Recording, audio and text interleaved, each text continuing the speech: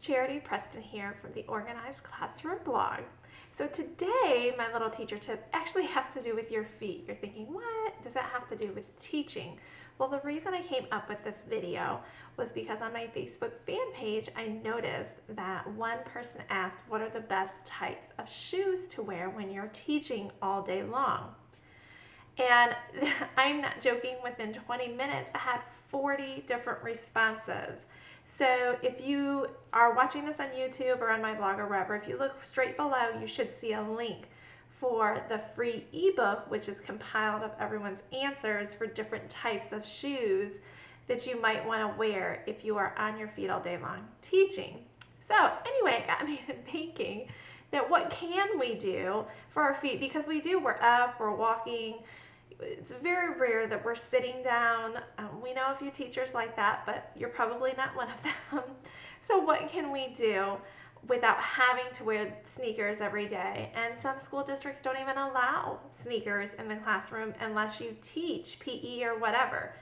So one thing that I've done, and you can ask anyone who's taught with me, as soon as those students leave the building, I have right underneath my desk a pair of slippers, and that's what I wear. I wear my slippers for the rest of the school day.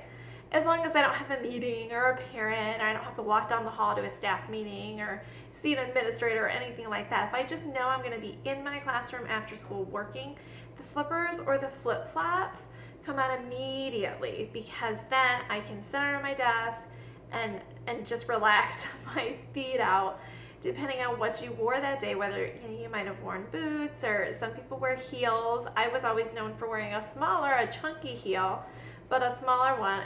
I'm short, so it's rare that I wear flats anyway. I hated to wear flats because I was already short enough as it was.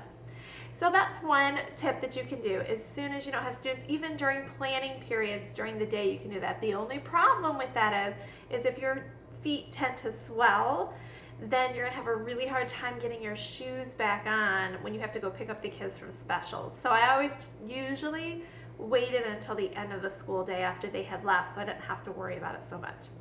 Another thing that you could do is go and look for a cheaper version of one of the kitchen gel mats that you can find.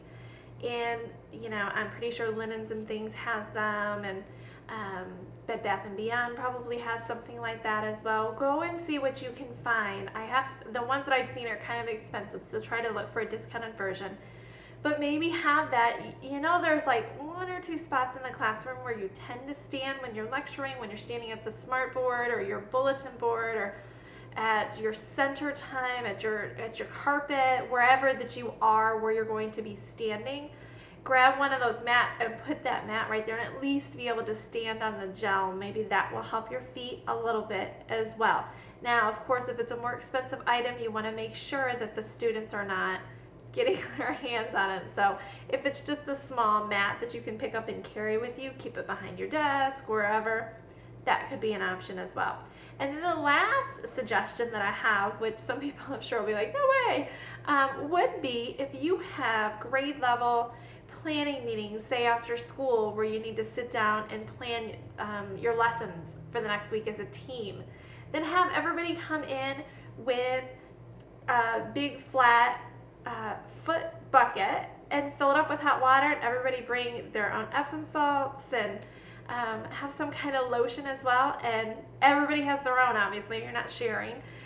But you could soak your feet while you're sitting at the desk doing the work, as long as you don't have to get up. If you're just going to be sitting at the desks anyway, make it a team spa planning meeting or whatever, once a week, once a month, just for something fun. Rest your feet, put some hot water in there, let them soak a little bit, grab your towel, so whenever you're finished, you can dry off, grab some lotion, you can use your lotion, and then everybody goes on their way or whatever.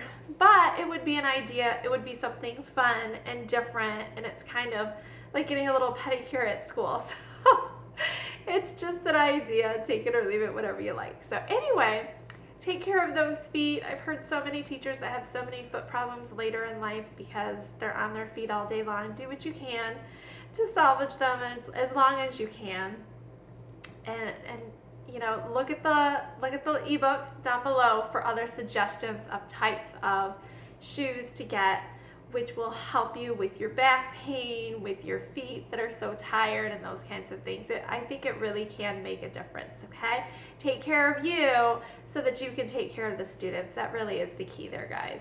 All right, I hope you have enjoyed. As always, come and visit us at our Facebook fan page, The Organized Classroom Blog, or at our website, www.theorganizedclassroomblog.com. And I'll talk to you again soon. Okay, bye.